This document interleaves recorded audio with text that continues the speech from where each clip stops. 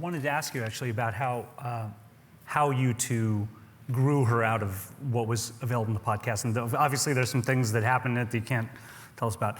But what do you think were some of the key things you two added to her for the television version?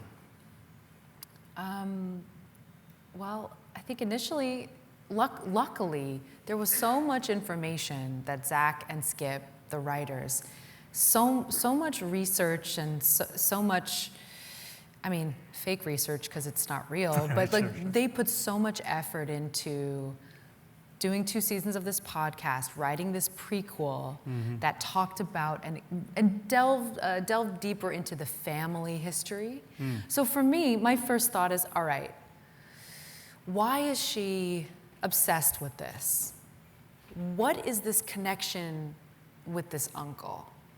And what happened there? So the best thing to do, the first place to start, is back into the childhood.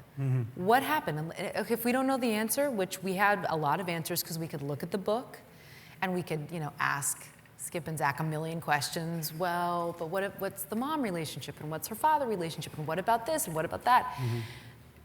We would just make it up, but we started back there. If I remember correctly, that's what I was kind of really fixated on, is let's go way back. Why did her and her uncle become close?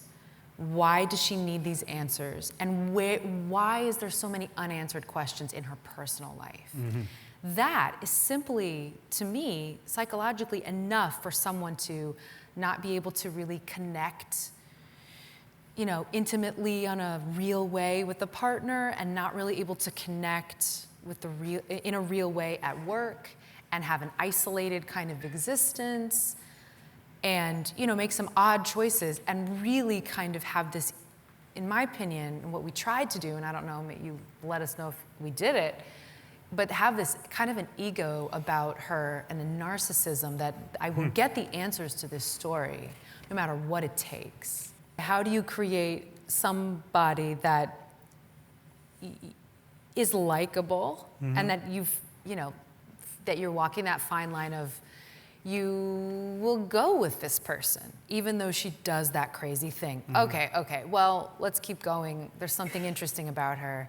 That's the real fun, I think, is to walk that tightrope all the time of how far can we actually go before we lose the audience completely.